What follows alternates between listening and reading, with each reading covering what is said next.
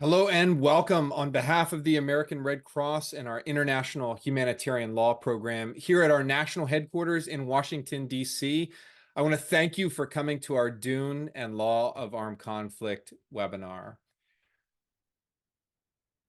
We're going to jump in, and for those of you who don't know me, I am Thomas Harper. I'm the IHL Senior Counsel here at the American Red Cross, and it's my pleasure to help lead this program. However, if we're going to go by our sort of made-up Dune names here, I think it's appropriate that you all refer to me by my proper title, which is seen here. And so just be clear with that. We have a special guest here. We have a mentat who has decided to join us. And Thufir here is going to serve a very critical purpose here. And Thufir, I want you to use that supercomputer brain of yours to calculate for the audience how valuable an hour with an expert like me is. So if you could just run those numbers real quick. 2.43 Solaris, that sounds pretty respectable. For those that operate in US dollars, could you calculate the exchange rate for that, please? Okay, not exactly what I was looking for here. So why don't you get the heck out of here? Don't let the door hit you on the way out. If everyone could boo him on the way, please, we'll let him know just what we think of his calculations. So two quick house rules here today. One of those is that we're not going to have spoilers for part two. The movie just came out. I hope that you all have a chance to see it at some point if you haven't already.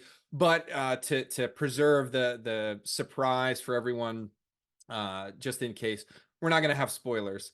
I will, however, break that rule immediately and tell you that Austin Butler's character is just maybe the creepiest portrayal of any character ever committed to film. So there's your spoiler, 9,000 out of 10 on the creepy scale. So there you go. Thank you, Austin, for that. Rule 2 is very important to remember. Please, please, if you leave here with nothing else, don't do this. Don't tell Anakin Skywalker of the Star Wars universe about this webinar. You see, it's well known, or maybe I'll disclose it here, that I'm a big fan of Star Wars, hence the X-Wing over my shoulder.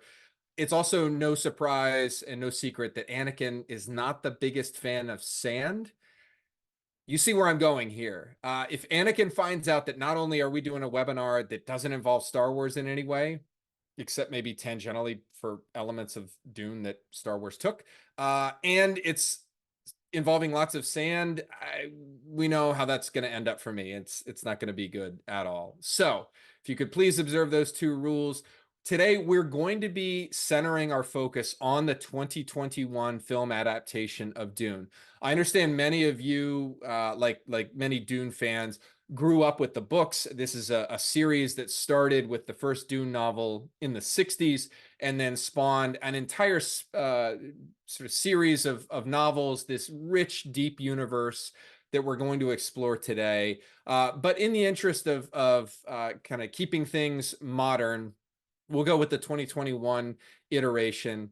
And I want to make you the assurance today that all 457 slides here will just be, it's just one Timothée Chalamet slideshow. So you're in for a treat.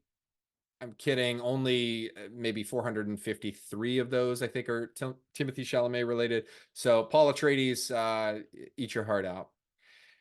To set the table here for our analysis, we need to ground ourselves in what we're talking about here. So international humanitarian law, it's also known as the law of war or the law of armed conflict. Those terms are interchangeable. What we're talking about here is a branch of international law that, as you see here, operates to reduce suffering in armed conflict. And it does that by helping limit its destructive effects. Now, understand there is an entire body of law that's concerned with the business of how entities, how parties, nations, etc., go to war. But that's not what IHL is concerned with. IHL is concerned with an armed conflict, a war that has broken out. How can we reduce suffering by sort of guiding how those wars are fought? Now, IHL protects a wide swath of individuals. It protects both civilians who are innocents in the conflict. They didn't have any role in starting the conflict. They have no role in fighting in the conflict. They just happen to be caught in the crosshairs. So think Lady Jessica, or combatants. IHL provides an immense number of protections for combatants. Folks like Duncan Idaho here, which is just the best name in sci-fi ever. We can all just agree on that out of the gate. But it provides this wide swath of protections that are really critical. So no individual is sort of left out of the protection sphere when it comes to IHL, and that includes just people like Rabin, weird sadistic nephews. Even folks like him are included in IHL, because what we're talking about is a set of rules that center on our humanity, right? They're humanitarian principles. The whole point of the existence of these rules is the interest of sort of preserving and safeguarding humanity.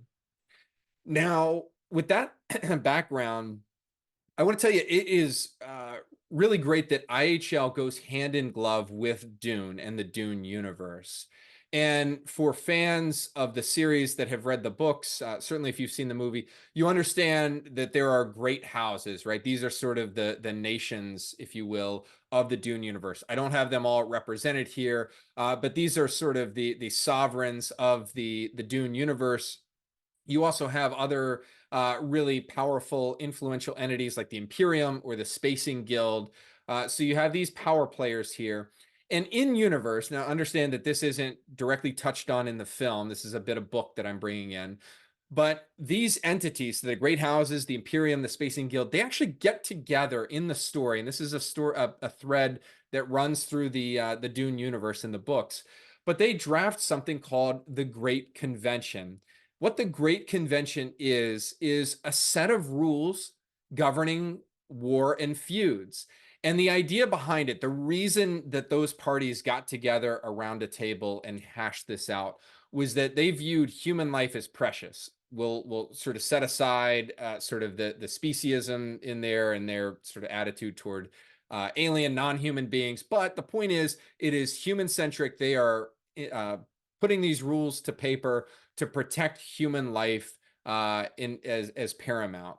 And so an example of this would be one that we don't see in the 2021 adaptation, but a very strict rule, probably one of the most serious rules in the Great Convention.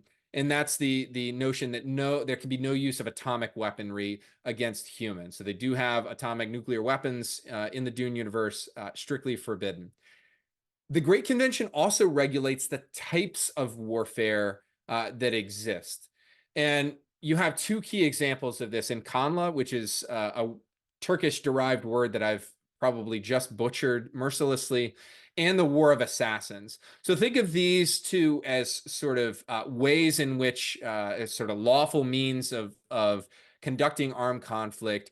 The point of these is to provide a subset of rules that helps protect the innocent when armed conflict breaks out. And understand, just like IHL, the Great Convention recognized that conflict was going to be inevitable between the great houses, the Imperium at some points, the Spacing Guild.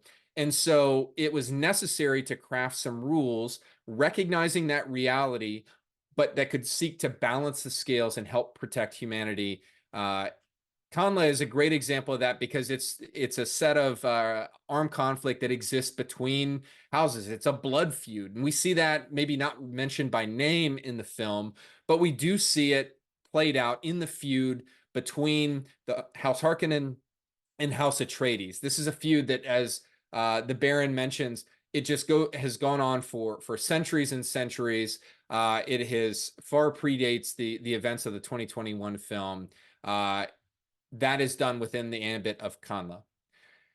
The Great Convention starts to sound like something that we know in our world, and that's the Geneva Conventions. So the most famous of these would be the 4 Geneva Conventions that came about in 1949 in the wake of World War II.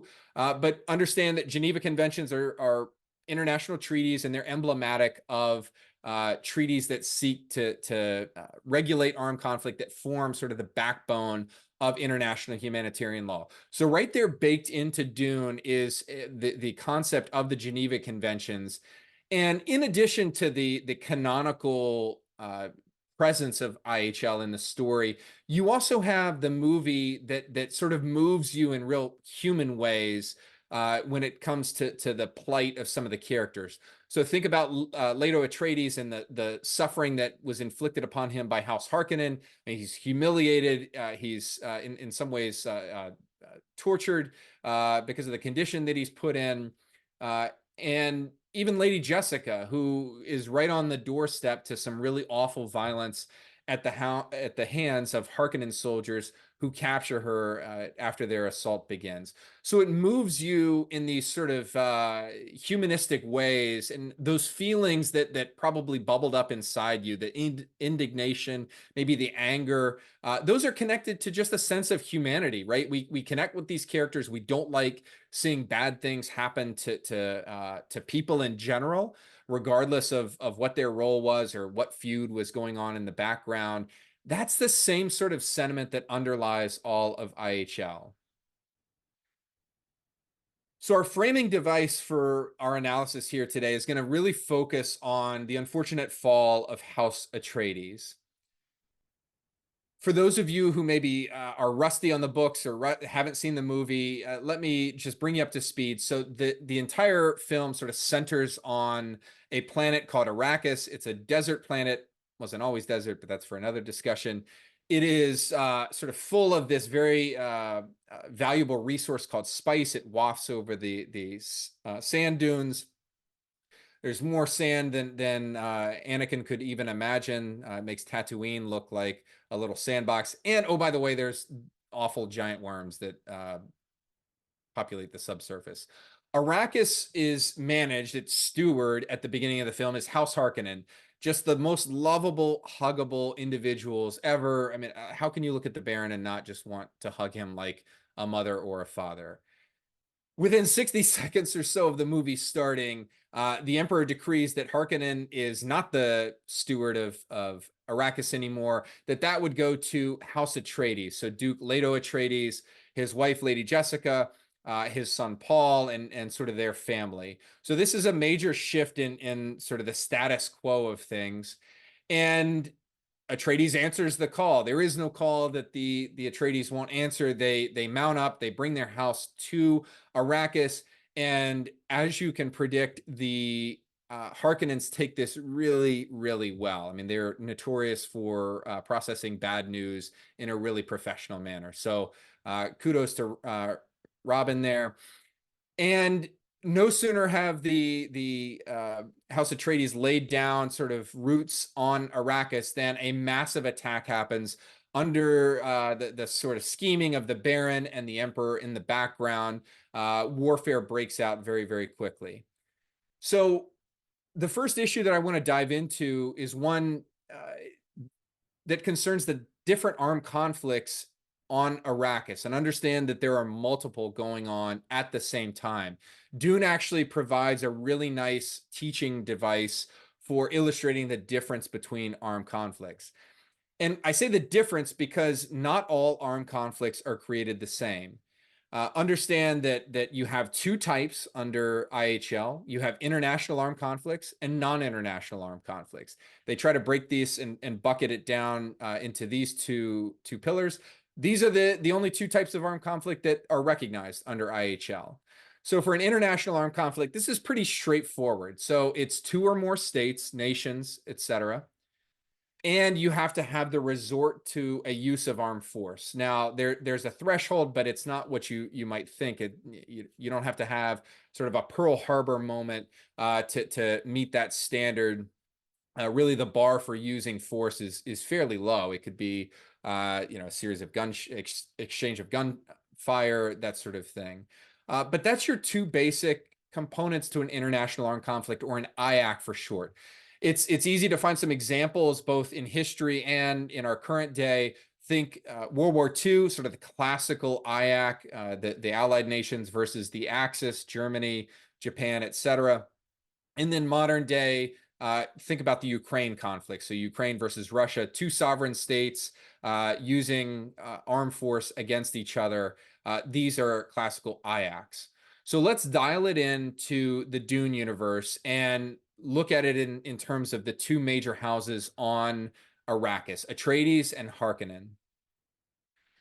So I mentioned that the great houses are the sort of nation states of the Dune universe. They are sovereign. They have their own territory. They have a leadership structure, sort of all the things, all the hallmarks of a nation in our world. So that's an easy check.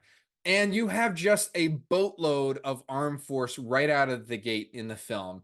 The Harkonnens don't just come to Arrakis with a little squad of troops. They come with legions of Harkonnen fighters. They are backed by 3 battalions of Sardaukar. So they're known as the Emperor's Sword. These elite soldiers, sort of trained and indoctrinated from a very young age to do nothing but be effective combatants. So you have the 2 basic pieces there, and you have an international armed conflict that is lit off in the first third of Dune, a really classic example of it. And this is exactly the sort of conflict that the Great Convention envisioned when the party sat down to draft it. The idea that houses would be at war with each other, potentially with the Imperium involved. Understand that international armed conflict also would involve the Imperium. I didn't include them just for ease of the slides. But it's also sort of the classical foundation for IHL. IHL, the Geneva Conventions, were built on this common historical understanding of armed conflicts as being between 2 countries, World War II, World War I. The track record goes on and on. And so the drafters of these treaties, the drafters of these rules, that was their frame of reference. So you have some unanimity there. But on Arrakis, that's not the only fight that's going on. In fact, you have a very, very different looking fight that we see right out of the gate in the opening credits, so to speak. And this looks very, very different than that conflict between Atreides and House Harkonnen. And it involves Harkonnen. They've been on Arrakis for quite a while, but it also involves another entity that doesn't really match up to Harkonnen or House Atreides, and that's the Fremen. The Fremen don't really match up in terms of the characteristics that House Harkonnen and Atreides share. And so it adds a different flavor to the conflict. They don't neatly fit into the box of an IAC, an international armed conflict. Well, that's where non-international armed conflicts come in. Now, NIACs, as we call them for short, these haven't been around for eons and eons. But what happened in the wake of the 1949 Geneva Conventions is that in the 50s, 60s, and early 70s, you had an explosion, quite literally, of proxy wars, of these internal armed conflicts that didn't meet the definition of an international armed conflict. So these proliferated all over the world. Non-international armed conflicts aren't new. You can look to history with the American Civil War, or modern day again, say the conflict that's still going on in Yemen. And so the sort of the world, the IHL, the scholars of the world said, well, hang on a minute, we've got a major gap in coverage here. IHL is centered on international armed conflicts, country versus country. We don't have a defined set of rules necessarily for non-international armed conflicts.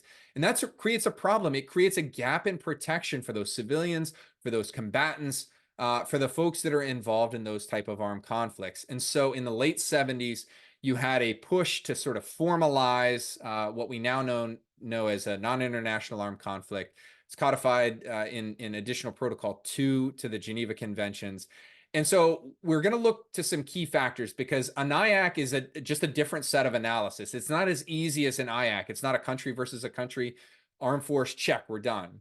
It's more nuanced than that. And so we're going to look to organization of the armed group and conflict intensity. Let's go to our 2 parties here, Harkonnen and the Fremen. Understand that Atreides, or House Atreides does fight with the Fremen, but we're going to leave them out of that analysis for these purposes. So let's look to the Fremen, and they're a great example of why this organization factor matters. So when we talk organization, we're not concerned with like the organization of a nation state. That's easy. We understand that a state can have a military, it exists, it's sovereign, etc. But what about an armed group that maybe doesn't have elected or recognized leadership within a country? Say ISIS or the Taliban, pre-2019. You pick your list of examples. Those armed groups are span the range in terms of their organization or disorganization. And the purpose of NIACs isn't to encompass anything that can happen within a country. In fact, NIACs very specifically are centered on armed groups that meet a certain threshold of organization, as we'll see, and the conflict has to meet a certain level of intensity. And that's because a NIAC isn't meant to include sort of sporadic acts of violence, like a terroristic act, or just internal skirmishes. It just wouldn't make sense to expand that definition that far. So when we talk about organization, we're looking to factors like the command and control structure of the armed group. How coordinated or maybe uncoordinated are their military operations? What kind of territory do they control?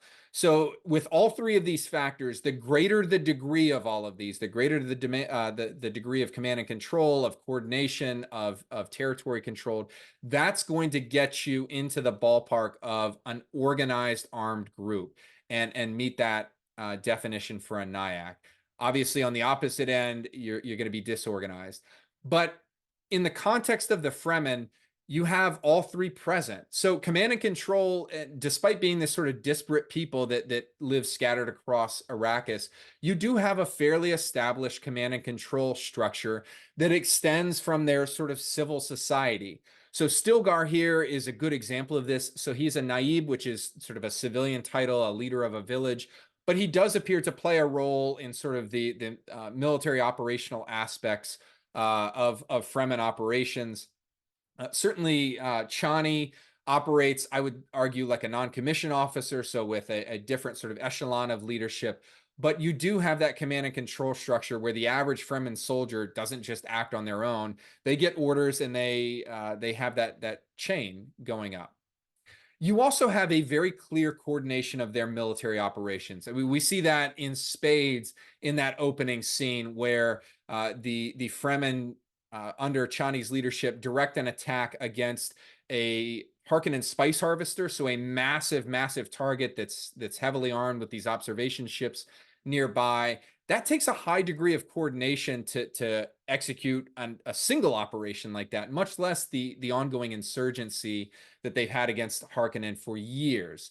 So understand that they have a high degree of coordination there. They also control a lot more territory than House Harkonnen would like to admit. So they have sieges, these villages that are shielded from the sun all over the place. They speak of there being thousands of sieges. There's upwards of 2 to 5 to 10 million Fremen that are scattered across these sieges. They heavily inhabit the southern hemisphere of the planet. And so even though the Harkonnen like to sort of think of the Fremen as just this nomadic, sporadic tribal organization, they really have a lot of territory that allows them to exercise that command and control, that allows them to conduct effective military operations.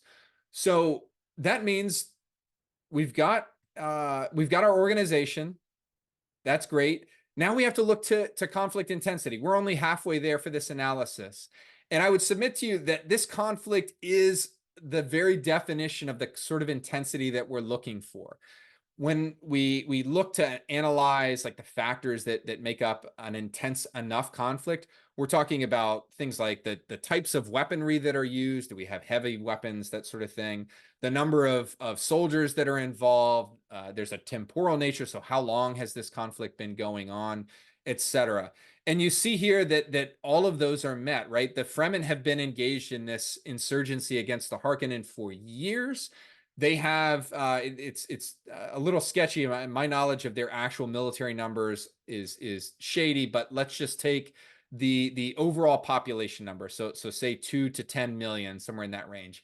Even if you just talk or say 1 to 5% of those several million Fremen are actually involved in military operations, that's still tens, if not hundreds of thousands of Fremen making up their military arm. That is a very sizable force by any measure.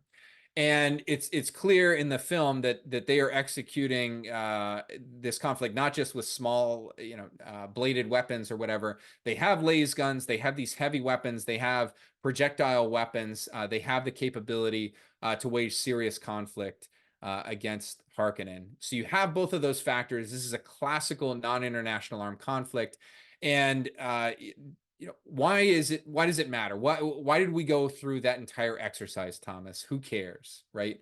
Well, there's a difference between the laws that are at play depending on the conflict that you have. So for an international armed conflict, the entire scope of IHL applies. It is triggered. All the Geneva Conventions apply, the Hague Conventions, et cetera, et cetera. The full ambit of protections is active during an international armed conflict. That's not so during a non-international armed conflict. Understand that there is a much, much narrower, tighter scope of IHL that applies. Practically speaking, that means that there are fewer protections for civilians, fewer protections for combatants who are involved in these NIACs. And a classical example of this is prisoners of war, right? POWs, that's a term that has wound its way into our popular culture. That's a legal status. That's a status for fighters captured on the battlefield. That is only available in international armed conflicts. All the protections that are afforded to POWs only exist in international armed conflicts. There are still some protections in NIACs, a solid baseline of fundamental protections, but you don't have that POW legal status here. So it matters very much for the individuals who are involved. So the result here, let's all agree here. Paul Atreides can step aside because I am the Lisan al Gaib, as Stilgar has decreed here. And I mentioned that you have multiple armed conflicts here. You've got this layering effect. This is a great example of how even in a central location, a single planet, Arrakis, you can have multiple types of armed conflicts going on at the same time, overlapping each other. And that's what you have here. You have an international armed conflict that's overlaid with the ongoing non-international armed conflict with the Fremen. Rabin probably has the reaction of many of you, like this is just like mind-blowing, but just understand that it can get confusing sometimes. It's not always black and white. I know what you're all thinking at this point, like, where are the sandworms? We're now 29 minutes in. Where the heck are the sandworms? Why haven't we talked about sandworms? I've got you. I thought about making this entire presentation about nothing but sandworms. I was walked off that ledge. I still regret that. But for those that are uninitiated, just suffice it to say that sandworms are the big bads on Arrakis. They inhabit the subsurface. They move very, very quickly. They are massive. This is an actual sort of scale shot right from the film, and they eat everything, right? They are attracted to sort of the rhythm or rhythmic sounds from the surface. So something like footsteps, which is a little inconvenient if you're trying to get from point A to point B. And so they are just terrifying creatures that are a threat to everyone. Now, sandworms come at this interesting like nexus point, right, between animals, warfare, and the law. Understand that animals have been involved or around armed conflict directly for as long as human beings have fought each other, whether that's to serve as cavalry mounts for soldiers or for medical purposes, so to help find and mark the wounded, such as in World War I. Or if you just have an elephant around and you've got a machine gun, like why not put the machine gun on top of the elephant? I don't know, but this guy's clearly smarter than I am. So they have seen everything. And understand that both the Geneva Conventions and the Great Convention have a kind of a problem here. We're at a nexus point, but the problem is that both of these bodies of law are human focused. So it's right there in the name of our body of law. It is international humanitarian law, right? It's anthropocentric. I'm like stuttering my words here. Apologies. It's human focused. And what you're not going to find are specific provisions in IHL or in the Great Convention that concern the treatment of animals. There's no mention of elephants or dogs or any kind of specific animal, or just animals in general in any sort of element of IHL treaty law. Instead, you have these like tangential protections that exist, but it leaves some significant gaps. And what you're left with is that, unlike humans, which are treated as humans in IHL, animals are treated very differently. They're treated as objects. They're like a civilian structure or a piece of property that you own, right? They're given very, very different treatment under the body of law. So it begs the question, well, okay, so there's a big gap in the law here. Sandworms seem like a pretty gnarly weapon to use. Can you use them as weapons of war? They have incredible destructive potential. What does the law have to say about that? Nothing. The law has no outright prohibition against using animals as weapons of war. And we've done that repeatedly in history. Understand that maybe this is a free-for-all, so IHL says nothing about it. We could just do whatever we want. Well, not exactly, because you have a requirement. So if you're using an animal as a weapon or as a sort of instrument of war, you still have some fundamental principles that you have to adhere to, that you have to abide by. Things like military necessity, distinction, proportionality. What's not pictured here is the fourth element of unnecessary suffering. But for distinction, you have to distinguish and use force against combatants and avoid using intentional force against civilians or civilian objects. Military necessity, you have to use force, however it is you're using it, against legitimate military targets. Proportionality, you've got to balance that use of force, balance that military advantage that's going to be gained in your use of force with the collateral damage that's expected from your attack. So these don't just go away. These principles aren't in a vacuum and non-existent just because you're talking about animals and animals aren't mentioned in IHL. So it begs the question, we get this great scene here where Kynes, in her dying moments, calls in a sandworm attack. It is really convenient that you could just pound on the drum sand and get a sandworm to the surface sort of on demand. Really convenient. And it's really effective for her. It takes out these soldiers. It also takes out her, but her time was short anyhow. Can you do that? Well, a sandworm isn't exactly like any other animal in our world that's used as a weapon. So it's not like a horse machine gun, right? Those have been used in the past. It's not like a bat bomber. And as an aside, this is a real thing. The U.S. Army in World War II spent $2 million and a couple years trying to research whether we could use bats to drop bombs. It didn't end well. It's crazy that $2 million is like $30 million in today money. I don't have time to go into it. Look it up. It's a crazy story, but this is very different. These sandworms are massively different in scale, in their capability of destruction, etc. So there is no sort of analogous animal in our world, but that doesn't leave us out in the cold, because Kynes gives a good illustration of how she applied those principles in action. So she's targeting these three Sardaukar assassins here, right? They're clearly soldiers. I mentioned before, these are the Emperor's sort of personal army, right? They are clearly combatants. She's not targeting any civilians intentionally, etc.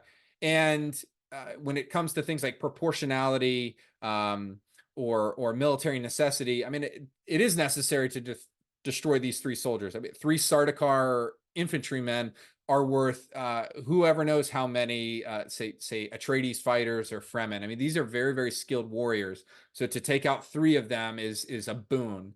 Also, Dune makes it really easy in this scene because there is no one else around. She is in the middle of the desert. There are no civilians present. There are no civilian structures. And so the military advantage that's gained clearly outweighs the zero collateral damage. Kynes recognizes that she's going to die anyhow. She chooses to do this, chooses to sacrifice herself.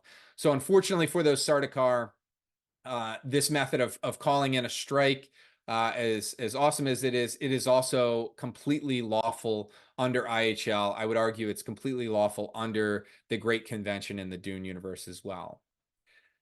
So we're going to end with one last issue, and that's the business of wartime assassinations, right? So the business of assassinations takes center stage at the beginning of Dune. It sets in motion the entire sort of like destructive conflict between the Atreides and the Harkonnen there on Arrakis. And so let's look at that through the lens of a pair of assassinations, the actions of Dr. Yueh and the attempt on Paul's life as he's studying his holovids. So when we talk assassination, it's important to dial it back and let's look at just the basic like dictionary definition of assassination, right? It's a word that, much like POWs, as much as that is a term, that has wound its way into popular culture. But at its core, right, we're talking a murder of usually a prominent person. And typically we think about an assassination in terms of being by clandestine means, some secrecy or suddenness that's involved in it. The legal origins are interesting in this regard, and I don't have enough time to go into the entire history of this, but just understand assassination as a concept, as a method of war, has been around as long as humans have fought each other. Probably somebody assassinated another human with like an elephant to cross paths with our animal analysis there. But really, the sort of negative perception of assassination, the negative treatment of assassination under the rules of war goes back or has its roots in the days of knights, right? So this code of chivalry that existed in the time of knights, this concept, or this was anchored in a concept of honorable warfare. So the business of, yes, we could do just about anything under the sun during a conflict, but there are certain things that are out of bounds. And so the code of chivalry was evolved to sort of define those boundaries. What was considered dishonorable, less than professional during an armed conflict. So again, a recognition that, hey, humans are going to fight each other, but there are certain things that are just unseemly or wrong. Assassination obviously exists in peacetime. So think about the classic example of the assassination of the American president Abraham Lincoln following the Civil War. But we're going to focus on its existence in wartime. And there's a similar sort of disfavor to assassination in the context of an armed conflict. And I won't go into like how individual countries in modern day regard assassination in sort of their domestic laws. But broadly speaking, when we talk about the definition of assassination during wartime, we're talking about the treacherous wounding or killing of an adversary. It doesn't have to be by sudden or secret means, but often it is. So that gets wound in some contexts to the definition here. And I'm going to submit to you that the definition of perfidy, or how it's treated and how the line is drawn, is going to be kind of different than what you might think initially. So the line that's drawn in the sand by IHL through the Geneva Conventions is this idea of perfidy. So perfidy is sort of the embodiment of treachery and this disfavored method of warfare. And what we're talking about when we use that term is basically tricking your enemy. So right, you're inviting an enemy's confidence that you have a particular protection under the law, or that maybe you're surrendering, etc. And all the while you were intending to flip the table on them, to betray them, to use that letting down of the guard against them, to attack, to injure, to kill your enemy. So practically speaking, IHL is really handy in this regard. It does give us some specific examples of what constitutes perfidy. What is treacherous conduct? Well, it's something like faking a surrender. Don't tell C-3PO and R2-D2 in Return of the Jedi when they fake surrender with the Ewoks. That's for another time. Faking an incapacitating injury, so pretending you're down and out of the fight, inviting the enemy to come over to evacuate you, or to offer you treatment as they're required to do under the law, only to turn your guns on them. Or sort of famously faking a civilian status. So, hey, you're not going to intentionally target me because I look like a civilian. I'm going to sort of throw off my civilian garb and attack you because I've used this as an advantage. So it's like using the protections of the law of war as a shield to perpetrate your violent actions. So let's take these two assassinations in turn. So we're first going to talk about the good doctor here, maybe the not so good doctor. And we see early in the film that he is the key to the Harkonnens' entire assault. He's the reason that it's able to succeed in the rapid fashion that it did in the early sort of minutes of the film. He incapacitates Leto, in addition to providing the Harkonnen with just critical intel that allows them to penetrate the Atreides shield and perpetuate their attack, catch them completely by surprise. And he says he's made a bargain and that Leto is the price of the bargain. And he ultimately, while Yueh doesn't kill Leto, he delivers Leto to the Baron with the full understanding that he is going to be tortured, he is going to be killed. What you don't see in the film, and what I think could have really amped up the surprise of this moment, is some flavor that was provided in the book, which is the background of the doctor. So he's a Sook doctor. He is the longtime Atreides physician. You see that sort of connection that he has to the family. They keep him close at hand. I mean, he's right within arm's reach of Paul and Lady Jessica and Leto. In the book, he actually has a tremendous amount of Imperium indoctrination. So he's got this specialized skill set that is pounded into him that makes him sort of unflappable. He is completely and utterly loyal, at least as far as the Atreides are considered, because of this conditioning. He is just completely trustworthy in the eyes of Leto and his family. So they let him in. They give him this close access to both important people and important intelligence. And Yueh goes and capitalizes on that, because behind the scenes, he is a Harkonnen agent. Now we learn that the reason for him doing this is completely understandable. The Harkonnens, as awful as they are, have kidnapped his wife. They are torturing him, and as Dr. Yueh explains, it's the only doing this is the only way to free her of her suffering.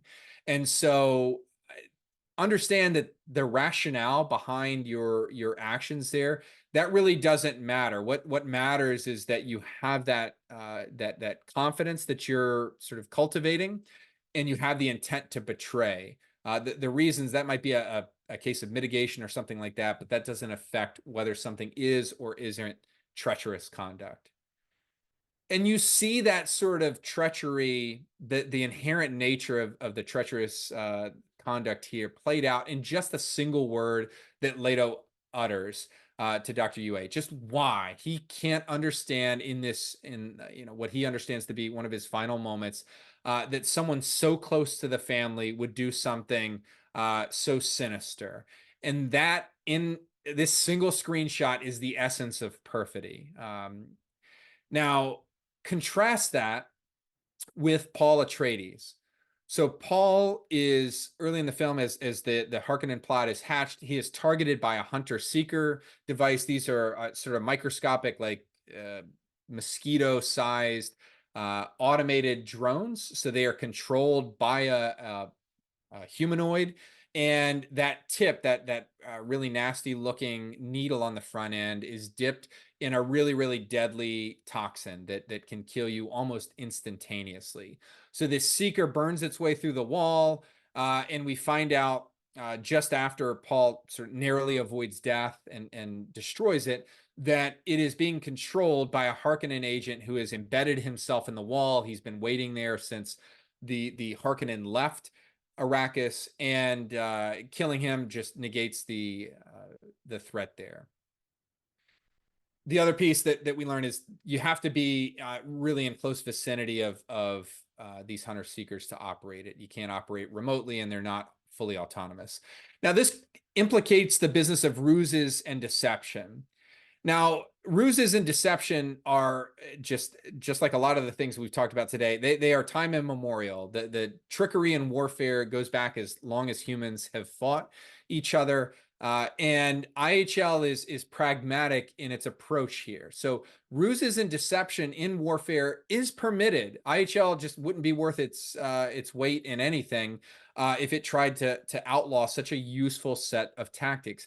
Think about, in the real world, the D-Day invasion. So the invasion of Fortress Europe in World War II, that entire invasion and the success of it depended on an active deception and ruse operation in which the Allies tricked the Germans into thinking we were going to invade on a different spot of land and force the Germans to commit their forces elsewhere and ultimately made Normandy possible. So those are permitted. But the line in the sand is perfidy, right? There is a clear line drawn in the sand where if it becomes treacherous conduct, it's no longer a lawful ruse. So you have a really nice juxtaposition here between a lawful ruse or deceptive tactic, even one that involves violence and death in the hunter-seeker attack on Paul.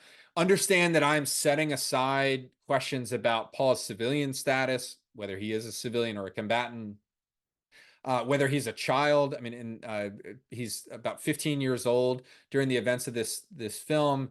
So we're going to set that analysis aside. But strictly speaking, this operation is a lawful means of targeted killing or assassination. It wouldn't cross into the realm of treacherous conduct. That's contrasted against Dr. Yueh's betrayal of House Atreides. And so you see encapsulated in just the first act of the movie, a good example of a lawful and an unlawful targeted killing.